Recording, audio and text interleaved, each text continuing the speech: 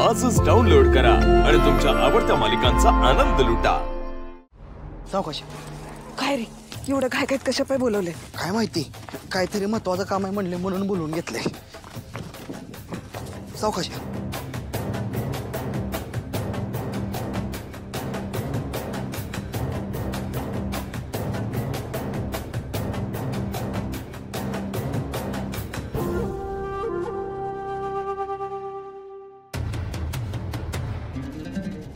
हो सरोज भाई, यो कुरणे म्हणत होता का यो काल रातच्याला तुमच्याकडे आलता, हे खरं आहे का?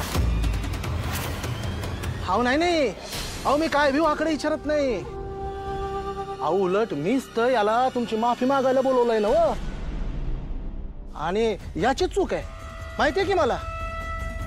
काय रे अरे तुला एक डाव सांगितलेलं समजत नाही? सरोजताई माफ करा, मला माझं चुकलं। मी असं बोलायला नको पाहिलं होतं तुम्हाला। नाही ते समजा ठीक आहे, पण मी एकटी हाय म्हणून माझी जमीन मला विकायला लावताय ना व, आणि हे काय बरोबर नाही। माझ्या आबांनी दिस रात घाम गाळून आमची जमीन कसली आहे। ज्या जमिनीला ते आई म्हणत होतं ती जमीन मी कशी विकू? बोला की सरपंच। नाही मला ठाव आहे का मीच बोललो होतो का कमळीचं लगीन झालं की मी ती जमीन विकल। तेव्हा काय माझ्या डोक्यात वारं गेलं होतं काय माहित, चुकलंच माझं। पण आता माझा विचार बदललाय, आता नाही ऐकायची माझी जमीन मला। ती जमीन माझ्या आबांची एकुलती एक आठवण आहे, मी नाही ऐकायची ती जमीन। बरोबर आहे तुमचं, अगदी बरोबर आहे। आणि आम्ही भी कवापासनं तुम्हासनी हेच बोलत होतो का तुम्ही कवापतूर हेच बोलणार। आता तुम्ही जमीन कसणार असलात तर आम्ही समजे बघा तुमच्या पाठीशी आहोत। पर अहो एकदा वय झालं की काय करणार, मग जमिनीत कसं राबणार? तेव्हा आमचं ऐका, कमळीला गावाकडे बोलवा आणि तिला म्हणावं शिक काय शिकायचं ते इकडच्या कॉलेजमध्ये। नाही नाही मी हात जोडते तुमच्या मोर, पण या बाबतीत मी तुमचं काय बी ऐकू शकत नाही सरपंच साहेब। अहो मीच म्हणलं होतं कमळीला मुंबईला जाऊ नको म्हणून, पण मी माझ्या आबासनी सबूत दिलाय माझ्या कमळीला राहू दे तिकडे मुंबईतच, देवी तुळजाईच तिचं रक्षण कर। पण मी जर का आता माझ्या कमळीला हित बोलवलं ना तर आई कोपल माझ्यावर। मी माझ्या आबासनी शेवटचा शब्द दिलाय हो, मी नाही मोडू शकत। मी नाही बोलवायची कमळीला इकडं, मी नाही बोलवायची। अहो सरपंच, सरोजताई बोलतात ते एकदम खरंच आहे। कमळी एकदा का चांगली शिकली, तिची सगळी स्वप्न पुरी झाली तरच आबांच्या आत्म्याला शांती मिळेल। आता आबांचीच शेवटची इच्छा होती तर आपण बी काय बोलणार हा? आणि तसं बी कमळी शिकली आणि इकडं आली की गावचंच भलं करणार, काय का नाही?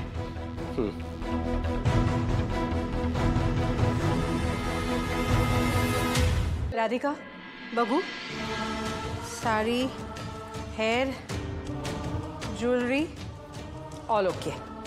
आणि ऐक, आपल्या घरी देशमुख येणार आहेत आणि ते आपल्या तोला मोलाचे आहेत, सो त्यांच्याशी बोलताना वागताना नीट सांभाळून, नाहीतर ते म्हणतील नयनताराने कोणाला सून करून घेतलंय। तू इनामदारांची सून आहेस हे विसरू नको, आपलं स्टेटस सांभाळून वाग। जा, सगळी तयारी झाली का बघ? हो।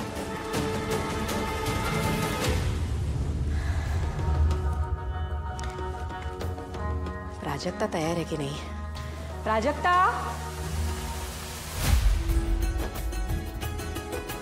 काय? या या या, तुमचीच वाट बघत होतो।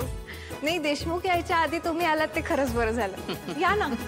नयनतारा कुठे दिसत नाहीये? आई आई येतातच आहेत, पण तुम्ही या ना आत या। या Come on, babe. या बसा.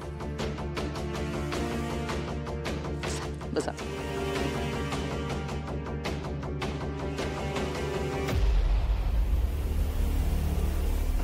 हाय रेश. हाय. खूपच मस्त दिसतोय. थँक्यू. मी कशी दिसते? दादा चल ना, मला तुझ्याशी बोलायचंय. आलोच. मी पण येते. तू काय करशील? तू थांब, मी आलो जाऊ.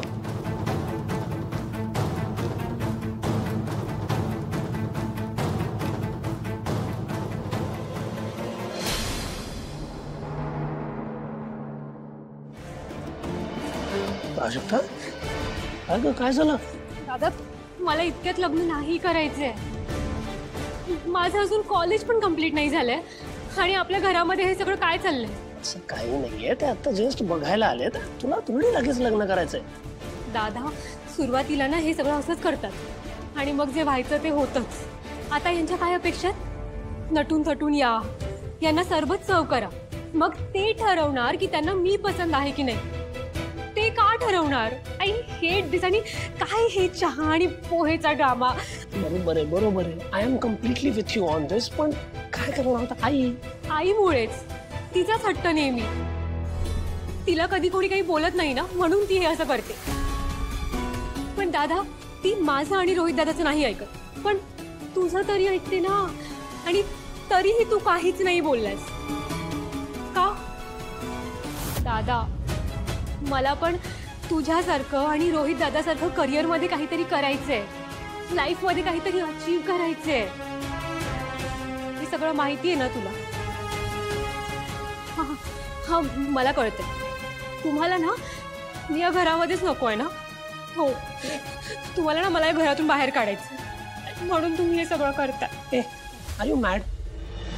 हे असं असेल ना तर मी खरंच आईला सांगतो तुझ्या लग्नाचा विचार मनातून काढून टाकू. हा, कारण तुझ्या मेंदूची वाढ अजून झालेलीच नाही. काय बोलतोस तू? हे बघितलं, तू पण त्यांच्याच बाजूने आहेस ना. हे बघ, असं काही नाहीये. ते आत्ता जे आलेले आहेत ते फक्त एक फॉर्मॅलिटी म्हणून आले. It is just a formality, ते सुद्धा आईच्या समाधानासाठी. नाहीतर काय होईल माहितीये ना तुला? ती खाली जाऊन तमाशा करत. आणि मला आता ऑनेस्टली घरात भांडणं नकोच राजू. आणि समज ते तुला बघून गेले आणि समजा त्यांनी तुला पसंत केलं, तसे चान्सेस अवघडच आहेत. जोक सपाट. त्यांना तू समजा आवडलीस, तुला तो मुलगा आवडला, लग्न ठरलं, तरी लगेच लग्न नाही करायचं तुला. तुझ्याकडे खूप वेळ आहे. तुला जे काही अचीव करायचं तुझ्या लाईफमध्ये ते तू सगळं करू शकतेस. बरं, आणि तो जो कोणी रिहान आहे त्याची चौकशी मी स्वतः करणार. तुझ्या मर्जी विरुद्ध किंवा तुला त्रास होईल असं ह्या घरात मी काहीही होऊ देणार नाहीये प्राजक्त. आता स्माईल. काका, हा, आजीने सांगितलंय की गेस्ट आलेत, तुला बोलवलंय. आली बघ आजीची लाडकी. मी तुला नाही बोलत आहे, मी काकाला बोलतीये. असं पण तू लग्न करून गेला, तुझी रूम मला आजीच देणार आहे. काय म्हणालीस? तू माझी रूम घेणार आहेस? जा इथून आधी. जा. रडतेस यार तू. चल.